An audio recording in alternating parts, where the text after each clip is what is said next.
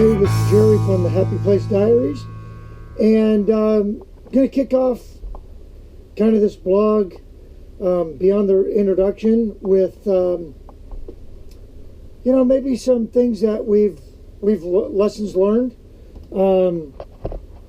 So we've had this trailer now since February 20th of 2016, and as of this recording, it is the 1st of November of 2018. So we've kind of been in it for a while, and we've learned quite a bit. So we put together a list of 10 tips that newbies, or just lessons that we learned, that might be helpful to other folks as they get into this whole RV thing. Now again, we're not full-timers, but we go out once a month, and so we're in the trailer quite a bit. In fact, I'm in it today doing a little bit of work. A long story, we'll talk about that some other time. But if you hear a hum or you see me sweating, it's because we're drying some things out. We had a minor issue with our slide out. Again, nothing mechanical, nothing's broken. Again, a lessons learned that we'll talk about another time. So anyway, let's jump right in. And these are in absolutely no particular order. Just random thoughts that I put together. Things that my wife and I have learned kind of along the way the last 2 years. So the first tip is that when you first buy your RV, get to know it. Press every button, open every door, and run absolutely every system. Super important. And I would even suggest that you do that before you take it out the first time. You need to know what everything does before you get out at a campsite and start trying to figure things out. Either that or do what we did. Our very first campsite, we camped about 20 minutes away from a Walmart. Little place called Columbia River RV, full hookups, had all the amenities, and it allowed us to learn how to put in hook up the hoses, do all the electrical, run the refrigerator, the stove, everything. And if there was a problem, and there was, not a problem with the trailer, but a problem with us needing supplies and whatnot, we had a Walmart literally down the street. Number two, make the trailer your own. We listen to everybody. Everybody's got advice, everybody's got tips, everybody's got that one gadget that you got to go get. And we did. We listened to everybody, and we went out and got all the gadgets that they told us to get. And after the first year, we did a purge of the stuff that we never used. We started looking at the way that we did things.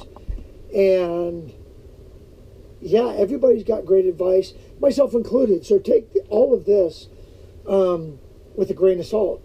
You're going to do things the way you want to do them when it's all said and done. So kind of get to know your trailer and make it your own, or your RV, whatever you're in. Put together a toolkit. This is tip number 3. A screwdriver with different heads, because there's nothing standardized in the trailer. And you're going to find yourself, after the first couple months, you're going to walk around and you're going to be tightening up screws everywhere. Things shake, rattle, and roll in the trailer, and you're going to find yourself needing tools. And that's not to say that it's a bunch of crap. It just is what it is. These things shake, and it's incredible to see every cabinet in our trailer we've had to tighten up. So here's a bit of advice. Take it for what it's worth. when you go to tighten it, take it all the way out, dab a little bit of all-purpose glue, or I don't know if I got it over there, or super glue, and put the screw back in. Once you do that, you never have to tighten it up again.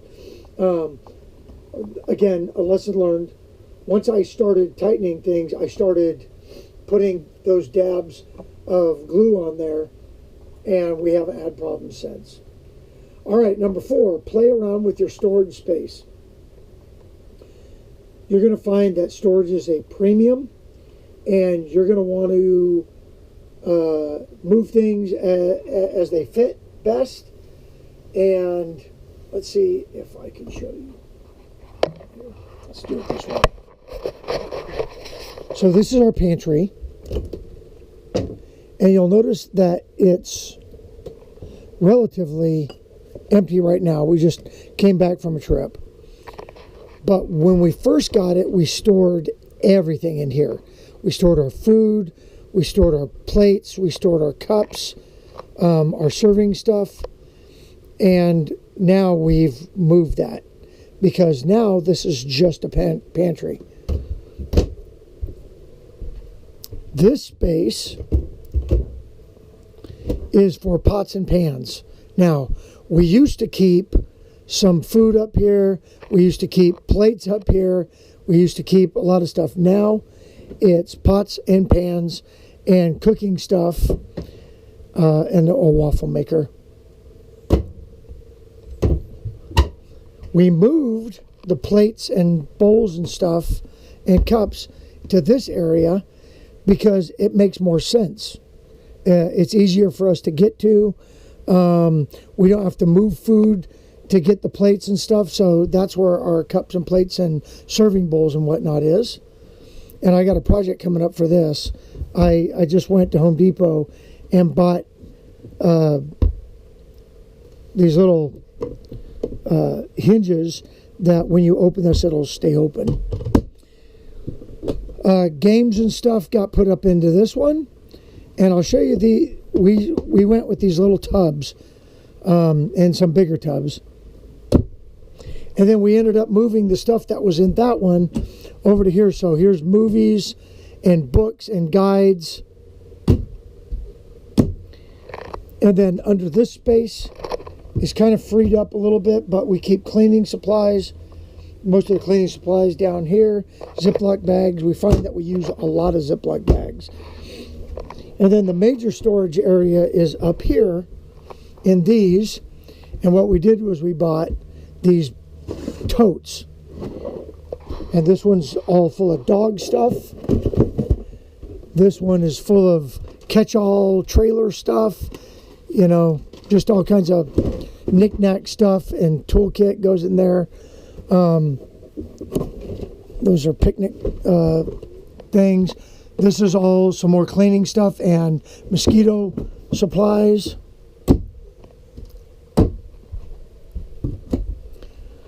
This bin is all of our snacks, and then this bin is paper plates and forks and stuff, and then we have some more storage type bins back in here, and cups and kind of seasonal stuff that we get to.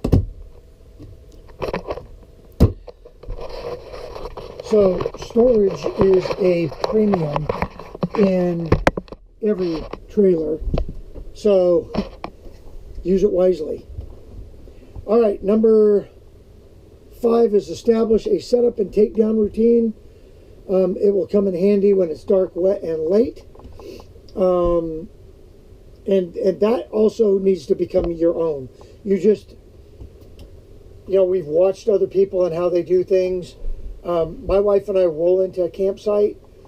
She has her duties and I have my duties, and they seem to work very well. We are in and set up in about 15 minutes, which we watch other people and they just struggle with their setup routine. And the same thing goes for takedown. When we're getting ready to leave a camp, you know, we kind of start at the bedroom and work our way out. I've got my outside duties, and Teresa does the inside stuff. And then as soon as she's done with the inside, I know it because she pulls the slide out in. And as soon as the slide out's in, then we know that we're pretty much wrapped up. And then we do a walk around. Number 6, don't spend a lot on trinkets and gadgets. Again, kind of going back to make it your own. You're going to buy all kinds of stuff. And there's some stuff that you got to have. And stuff that you are going to use. There's stuff we use every single trip. But shake it out first and kind of do see what other people are using and what kind of gadgets they use and whatnot. I can tell you that we've spent a lot of money on stuff that we never use. And now it's in our storage shed because it just doesn't even go out in the trailer anymore. Organization is critical, and you just saw how we organize using little tote bins and knowing where things are in relation to how you use them and when you use them. Number 8 is do a walk around every time you hook up the trailer. Whether that's hooking up at home before you leave or hooking up at camp before you leave the camp. Do a walk around. We always do a walk around because inevitably you might forget something, a window that wasn't latched properly, the antenna that wasn't taken down, just something. Always get in the habit of doing a walk around. I start on the driver's side and I check the compartments, the slide out, all the windows.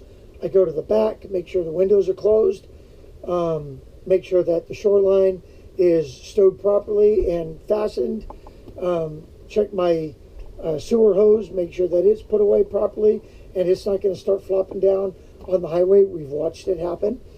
I come back around on the passenger side, I check all the doors, I check the awning, make sure that it's in all the way. Puts me back up to the front of the trailer where I double check, make sure my propane's off. I don't travel with the propane on. That's a debate for another time. Don't need to. And then make sure that everything is secure. Check my security chains, my brake cable, my emergency brake cable. Make sure that everything's tight and right. And then I walk around the front of the truck and make sure that the dogs are in and we're all secure, and then we take off.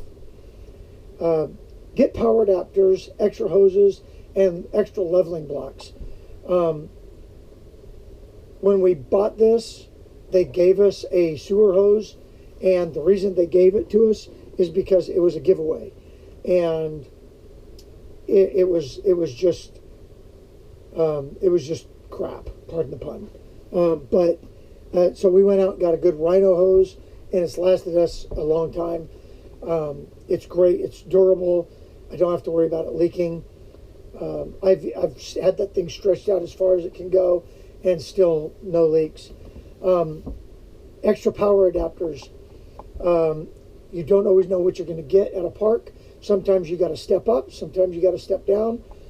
Sometimes you got to go from, the 50 amp down, or your 30 amp up, or we actually had to camp one time and it was a 120 plug, so we had to go that adapter from the shoreline down to 110 and into the box. So just get them, throw them in your box, and then you always have them when you need them.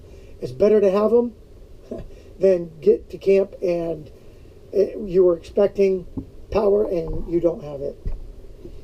We haven't done much boondocking, so we're not used to working off of battery power. So having those extra adapters, the last place we camped, we needed to go from 50 down. And so I'm glad we had that adapter. And then the tip number 10, our final tip, is when you buckle up for your trip, go into relax mode and take your time and enjoy your RV. And I can't tell you how important that is.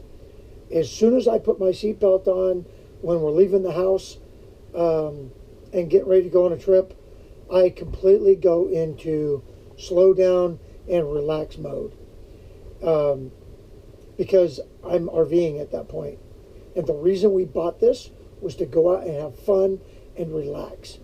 And so that starts with the click of the seatbelt.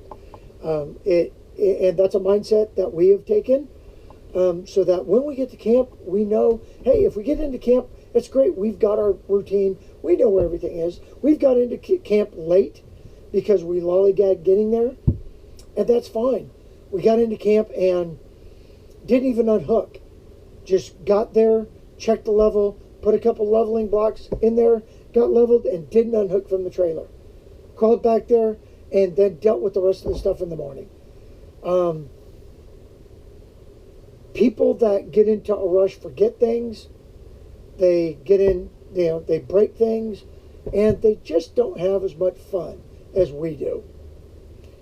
That's personal opinion. Anyway, thanks for checking us out. If you like the video, I'm sure there's a subscribe somewhere.